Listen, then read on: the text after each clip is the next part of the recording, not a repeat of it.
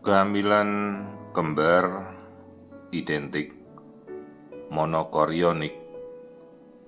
Ini adalah seorang ibu dengan kehamilan 13 minggu pasca bayi tabung, di mana sejak awal ini kok dia ada keluhan perdarahan terus.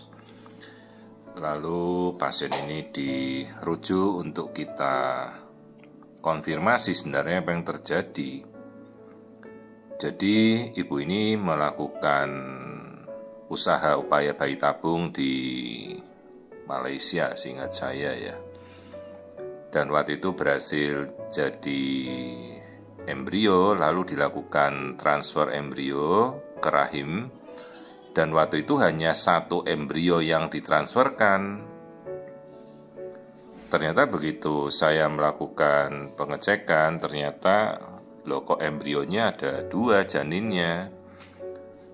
Jadi istilah embrio transfer itu sebenarnya istilah yang tidak tepat ya. Jadi pada saat kita mengembalikan embrio ke dalam itu masih dalam stadium sel atau blastosis. Jadi yang kita lihat seolah-olah ada kantung kehamilan, ternyata ini adalah perdarahan hematom subkorionik. Kantung kehamilannya, selaput ketubannya itu mulai lepas dari tempatnya dia nempel. Ukurannya sampai 5 x 2 cm ini darahnya. Jadi seolah-olah kan 30% dari selaput ketuban yang nempel di dinding rahim ibunya itu sudah lepas ya. Kembali kita ke awal lagi, jadi si ibu ini sebenarnya ditransferkan satu embrio atau satu janin. Jadi kalau waktu itu bayi tabung, mereka hanya mentransferkan blastosis atau belum jadi embrio, sebenarnya istilahnya blastosis transfer. Jadi pada saat itu kan dia masih mengalami pembelahan sel, akhirnya malah dia membelah diri lagi jadi 2. Maka ini kita lihat plasentanya tunggal, tapi janinnya kemudian membelah diri jadi 2. Jadi inilah kehamilan kembar identik. Jadi kalau dari kembar identik itu kita yakin, karena ini kan bayi tabung, ditransferkan satu blastosis, ya istilahnya sebenarnya blastosis transfer ya, bukan embrio transfer. Maka embrionya membelah diri lagi jadi 2. Maka pasti kelaminnya harus sama, plasentanya harus sama, dan pada saat pembelahan timingnya pasti bersamaan. Jadi usia hamilnya pasti sama. Ini sekitar 13 jalan 14 minggu. Kemudian saya melihat sekatnya ada tipis sekali ya, sekat di dalam kantung hamilnya yang utuh itu yang mereka tempati. Ada sekat sangat tipis, nah ini sekatnya tipis nyaris tak terlihat. Jadi sekat ini bukan seperti tembok pemisah, ini hanya seperti kertas tisu saja dan tidak berpengaruh apapun ya. Nah ini bayinya laki-laki, sudah kelihatan. Jadi si ibu ini juga melakukan pre-implantation genetic test atau PGT di Malaysia, dan dari embrionya memang sudah diketahui jadinya laki-laki. Maka begitu dia membelah diri, maka pasti kembarannya juga bayi laki-laki. Hanya memang kita anjurkan pada saat kita sudah minggu-minggu di mana janin terlihat, sebaiknya dilanjutkan dengan pemeriksaan NIPT atau non-invasive prenatal test. Kita mengambil DNA bayinya karena jauh lebih akurat ya pada saat kita sudah jadi janin ini. Maka kelaminnya pasti akan ditemukan kromosom Y atau kromosom laki-laki. Dan itu untungnya kalau kita melihat pemeriksaan genetika, artinya kita tahu dari awal, oh janin yang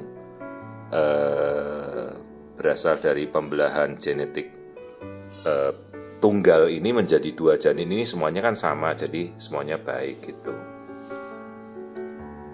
Nah ini bayinya kita lihat ya membelakangi, kemudian nanti kita bandingkan ya ukuran-ukurannya. Saya coba melihat struktur-struktur awalnya mereka dulu. Pertama kan lihat nuchal thickness, ketebalan tengkuknya. Ya cukup sulit karena bayinya kembar, jadi mereka kan selalu bergerak gitu. Jangan salah juga untuk melihat mana yang kiri atau yang kanan, atau mana yang di atas atau yang mana di bawah. Jadi nggak ketukar-tukar ya pemeriksaan dan pengukurannya bayi ini. Jadi tadi kita lihat nuchal thickness-nya normal kok, aman gitu. Coba kita lihat struktur otak ya, ini struktur otaknya janin juga bagus. Keduanya kita bandingkan, kemudian kita lihat bagian jantung ya. Kita lihat 4 ruang jantungnya tampak normal ya. Jadi satu persatu janinnya kita amati. Ini lambung sudah terisi, artinya bayi bisa menelan, kandung kencing juga terlihat. Itu kelaminnya laki-laki kelihatan, tulang punggung normal ya. Nah kemudian nanti kita geser ke bayi kedua. Ini tulang hidungnya juga bagus terlihat. Jadi meskipun sudah pre-implantation genetic test, kita tetap anjurkan jangan lupa melakukan NIPT karena bayi ini bayi kembar identik. Nah ini jantung yang kedua juga bagus ya. Lambungnya juga terlihat ya, kelihatan semuanya normal. Kandung kencingnya terlihat. Jadi sekarang upayanya, karena ini ibunya kan masih dirawat karena perdarahan, ya kita harus mengendapkan dulu. Yang kelihatan seperti kantung kehamilan itu darah yang masih segar ya, warnanya hitam itu cairan darah masih aktif. Kalau yang kiri itu kan air ketuban tempatnya bayi ya. Jadi harus benar-benar ibu ini istirahat ya, supaya paling tidak kita bisa mengendapkan darah yang keluar supaya tidak bertambah, agar dia bisa istirahat lah. Terapinya cuma itu, antara istirahat, kita berikan mungkin penguat, jangan sampai ibunya ada kontraksi. Mudah-mudahan ya dalam 2 minggu darah yang hampir 30% ini kan lepas dari tempat dia menempel ini bisa mengendap atau drainase keluar sebagai flek kayak coklat-coklat gitu ya. Ini masih perdarahan aktif soalnya. Nah ini janinnya normal, keduanya aktif ya. Kembar identik, jadi mereka sama persis keduanya. Ya bisa mungkin dikatakan sifatnya juga sama ya, wajahnya juga sama, karena mereka dari satu blastosis atau embrio membelah diri. Nah resikonya si ibu juga sudah tahu, apabila kembar identik ini paling riskan itu terjadi twin to twin transfusion syndrome. Mereka bisa saling berebut makanan tanpa kita bisa mencegah ya. Yang penting jangan sampai perbedaan itu mencapai lebih dari 25% pertumbuhan. Kalau sudah lebih dari itu kan satunya besar sekali, satunya kecil, jadi itulah terjadi twin to twin transfusion syndrome. Itu repot sekali. Karena tanpa bisa dicegah ya, kecuali kita memutus tali makanan salah satu kan tidak bisa gitu. Nah ini kita ukur usianya 13 minggu 6 hari, jadi usia pembelahannya tepat sekali. Jadi perbedaannya nyaris tidak ada. Mudah-mudahan jangan sampai ada perbedaan tumbuh lah. Jadi mereka tetap tumbuhnya standar saja. Jangan sampai ada selisih mencapai lebih dari 25%. Itu jatuhnya nanti ke twin to twin transfusion syndrome. Jadi ibunya benar harus istirahat ya, karena resiko kembar identik ini besar, bisa kelebihan ketuban, bisa preeklamsi, bisa prematur ya.